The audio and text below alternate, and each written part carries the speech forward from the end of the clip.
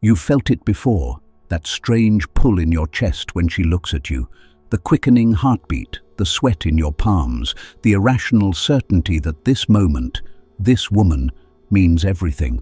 But what if I told you it's not real? What if the burning desire that consumes you in her presence isn't attraction, but manipulation? Not the cartoonish kind, not lies whispered in your ear, not some evil plan she scribbled in her journal. No, this is deeper, subtler, more primal. These are the psychological tricks that women, consciously or unconsciously, use to bend men. Tricks woven not in words, but in glances, in silences, in the way their very presence infects your nervous system. And the most brutal truth, you never even notice it happening. Carl Jung once said, "Until you make the unconscious conscious, it will direct your life, and you will call it fate." That is exactly what is happening when a man finds himself enslaved by desire. He believes it is love, or destiny, or chemistry, but beneath it all, hidden in the shadows of his psyche, something else is pulling the strings. Think about it. How many men do you know who have lost years of their life chasing a woman who never cared? How many brothers have poured out their soul, their money, their time, only to be discarded like trash? And yet, they defend her, they excuse her, they say things like, "But she's different, you don't understand, she's special." Special? No, she simply knew which strings to pull. You're about to see what most men will go their entire lives blind to. The 5 psychological tricks women use to capture men's attention, devotion, and resources. Tricks rooted in evolutionary instinct, sharpened by culture, and reinforced by your own blind spots. And before you imagine this as some conspiracy, understand this. Many women don't even know they're doing it. Just as a spider doesn't think about weaving a web, it just does. But to the fly caught in the silk, the difference doesn't matter. These tricks work, and unless you recognize them, you will remain prey. The first step then is awareness, to finally drag these games out of the shadows, to see clearly, to name the maneuvers that bind you, because once you see them, the power collapses, the illusion fades. But let me warn you, most men don't want this knowledge. They'd rather stay blind because blindness is easier. It preserves the fantasy. It lets them keep chasing the dream of salvation in a woman's arms. You're different. That's why you're here. And if you have the courage to continue, you will never see women the same way again. This is the 5 psychological tricks women use that men never see. She doesn't even need to speak. Sometimes all it takes is the way she looks away, the way her smile lingers, then disappears like smoke. The pause before she answers your question, that silence, charged, heavy, suffocating, isn't accidental. It's the first trick, mystery. And mystery isn't passive. Mystery is power. Carl Jung taught that the psyche projects unconscious desires onto the people we meet. In simple terms, you don't see her. You see a reflection of your own hunger, your own anima, your own buried feminine image. That's why she feels different. That's why she feels special. Not because of who she is, but because of what your unconscious paints onto her face. But here's the devastating part. She knows it.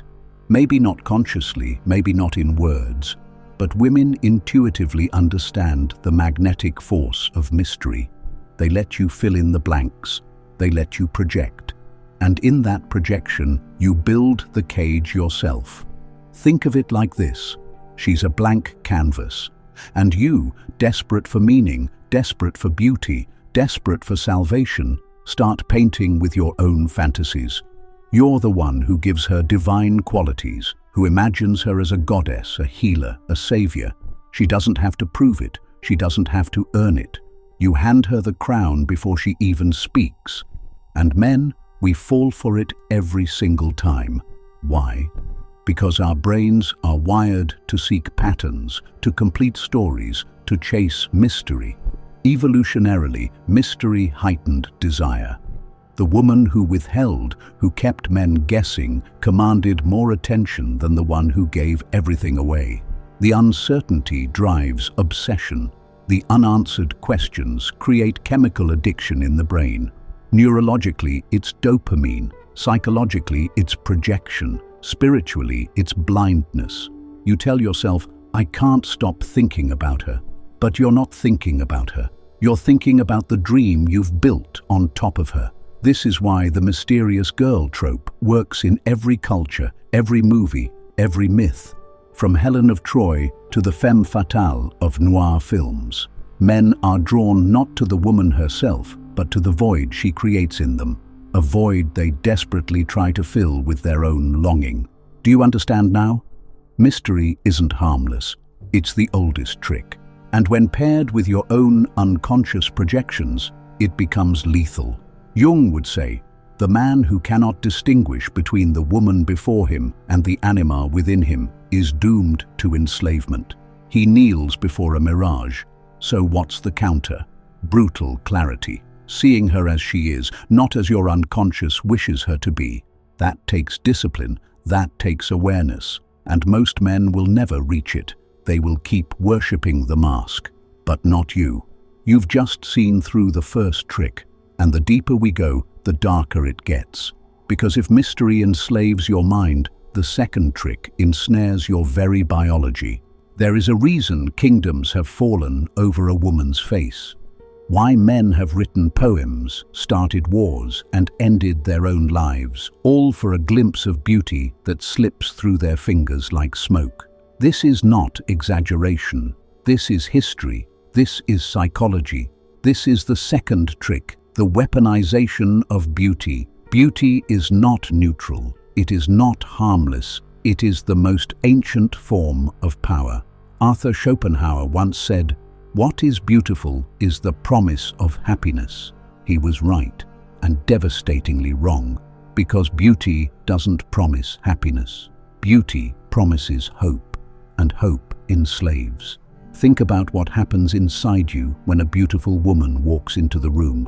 Your chest tightens, your throat dries, your body reacts before your mind has even formed a thought. This isn't romance, it's biology. Evolution wired you to respond this way. Your ancestors who ignored beauty did not reproduce.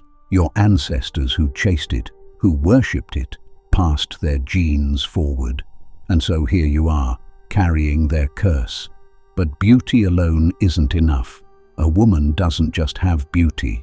She knows how to wield it. The way she dresses, the way she tilts her head, the calculated pause before she meets your gaze. These are not random.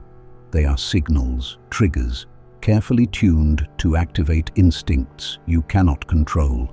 And here's the trap. The beauty isn't even for you. Not really. It's bait. It's the lure cast into the waters of your psyche, waiting to see how desperate you are. The compliment you give her, she banks it. The glance you steal, she notices. Your silence when she walks by, she records it like currency. And then, once she knows she has your attention, she deploys the second half of this trick, withholding. Because attention, like beauty, is a drug. She gives you a little, a smile here, a touch there, a laugh at your joke. Enough to keep you hooked, enough to keep you guessing. Then she withdraws. Suddenly, the smile is gone. The silence returns. Your veins ache with the absence of it. Do you see? She doesn't have to do anything extreme. She just has to let you taste the high of her attention, then starve you of it. And like an addict, you crawl back, begging for more. Sigmund Freud said, "Unexpressed emotions never die. They are buried alive and will come forth later in uglier ways." That is the secret of this trick. She awakens your deepest drives, desire, longing, hunger, but never fully satisfies them. And so you are left enslaved, chained not by her, but by your own biology, your own addiction to the rhythm of reward and denial. And the cruelest part, she may not even be doing this consciously. Some women do, yes, but for most it is instinct, it is nature. It is the echo of thousands of years of selection written into their bones. But whether conscious or unconscious, the effect is the same. Your focus narrows, your mission weakens, your mind burns with her image. This is why men abandon their path. This is why men surrender their kingdoms, their wallets, their very souls. Not because she demanded it, but because she knew how to weaponize what evolution gave her: beauty and the currency of attention. You've seen it, you've lived it. But it's only the second trick. The third, it cuts deeper. It doesn't just touch your mind or your biology, it infiltrates your very sense of worth. If beauty and mystery are the bait, this third trick is the blade. It is not soft, it is not seductive, it is sharp, deliberate, and merciless. It is the test. Every man has felt it. That subtle jab disguised as a joke. The dismissive laugh when you reveal a dream. The sudden coldness when you show too much eagerness. She is watching you, probing you, searching for cracks. And if she finds one, she twists the knife. Carl Jung wrote that the shadow of the feminine can be both nurturing and destructive. Here, the destructive side reigns, because this trick feeds on your deepest fear, the fear of not being enough. When she tests you, she is not just playing games. She is measuring your value. And the cruel reality is this: she measures not who you are, but how you react. Picture it, you're on a date. She casually mentions another man who just won't stop messaging her. She watches your face. Do you flinch? Do you grow silent? Do you puff your chest and try to compete? In that instant, you've revealed yourself. Your insecurity is laid bare. Or perhaps she mocks you, lightly, playfully. She teases your job, your clothes, your ambition. She studies your reaction. Do you defend yourself desperately? Do you sulk? Or do you laugh, unshaken, untouchable? These are not accidents. These are tests. Subtle psychological probes designed to uncover your strength or your weakness. Machiavelli would have understood this perfectly. He wrote that all rulers must test their subjects, and women, in their own way, rule the realm of desire. Testing is their politics. Testing is their diplomacy. Testing is their way of separating the strong from the weak without ever needing to ask. And here is the brutal truth. Most men fail. They crumble at the slightest withdrawal of approval. They contort themselves into shapes they think she'll like. They chase validation like a thirsty dog chasing a drop of water. And she sees it, and she despises it. Why? Because deep down, women do not want men who kneel. They want men who stand. They want to feel the gravity of a man who cannot be bent by a passing gust of disapproval. But here's the paradox. She will never stop testing, ever. Even if you pass one test, another comes, and another, because the feminine, by its very nature, seeks the limits of the masculine. And the moment you break, the moment you surrender your frame, the spell is broken. Freud spoke of the superego as an internalized voice of authority, punishing us with shame when we fall short. In relationships, the woman often becomes that superego, doling out shame and approval like a god on a throne. And men, desperate for love, for acceptance, for peace, hand over their power to her judgment. Do you see now? This trick is not just about her, it's about you, your weakness, your unhealed wounds, your craving for approval. She doesn't create that crack, but she will find it. And once she does, she will press until you shatter. So what's the counter? It's simple, but brutal. You must no longer live for her approval. You must no longer fear her shame. Your value cannot come from her reaction, her gaze, her tests. It must come from you, from your mission, from the strength of your being. Otherwise, you'll fail every time, and she will never respect you. This is the third trick. And if you thought testing your value was merciless, wait until you see the fourth. Because the next one doesn't just test your strength, it hijacks your very identity. It always starts the same way. Late-night conversations, a quiet room, her voice softer than usual. She tells you things she's never told anyone before, the scars of her childhood, the betrayals, the heartbreaks. You listen and you feel chosen, trusted, special. You think, she opened up to me. That means I matter. But here lies the fourth trick. The illusion of emotional intimacy. It feels like connection. It feels like closeness. But often it's nothing more than a performance, conscious or unconscious, that binds you to her. Carl Jung warned that intimacy often awakens projections, not truth. When someone bares their soul, you don't just hear their story, you see your own reflection in it. You think, she's just like me, she understands me, we're bonded. But what if that bond is an illusion? What if it's just the bait in a deeper trap? Women have mastered the art of weaving vulnerability into seduction. A well-timed confession isn't just sharing, it's a test, it's a hook, it's a way of pulling you closer. When she leans in, eyes glassy with unshed tears, you don't just see her pain, you feel compelled to protect her, to heal her, to fix her. And in that instant, you step into the role she has written for you, the savior, the rescuer, the man who will finally give her the safety no one else could. But here's the brutal reality. Her vulnerability is often selective, strategic. She reveals just enough to pull your empathy, but never enough to truly expose herself. She gives you the appearance of intimacy while keeping the walls intact. And the more you give in response, the more you reveal about your own fears, your own doubts, your own wounds, the deeper the hook. Because now you're not just desiring her beauty, you're entangled in her narrative, you're emotionally invested in her healing. You've tied your worth to whether or not she sees you as the man who can save her. Freud called this transference, the tendency to project unresolved feelings onto another person. You think you're loving her, but in reality, you're replaying your own unfinished story, hoping she'll give you the closure you never had. And she benefits. She holds the role of the one who must be saved, while you exhaust yourself trying to prove your devotion. Think of how many men have fallen into this trap. They meet a woman, broken, damaged, different. They give everything, time, money, soul, believing love will heal her.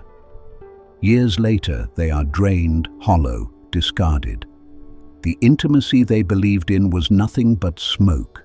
This doesn't mean all vulnerability is manipulation. Some women are genuine, but the trick is this: men cannot tell the difference when blinded by desire.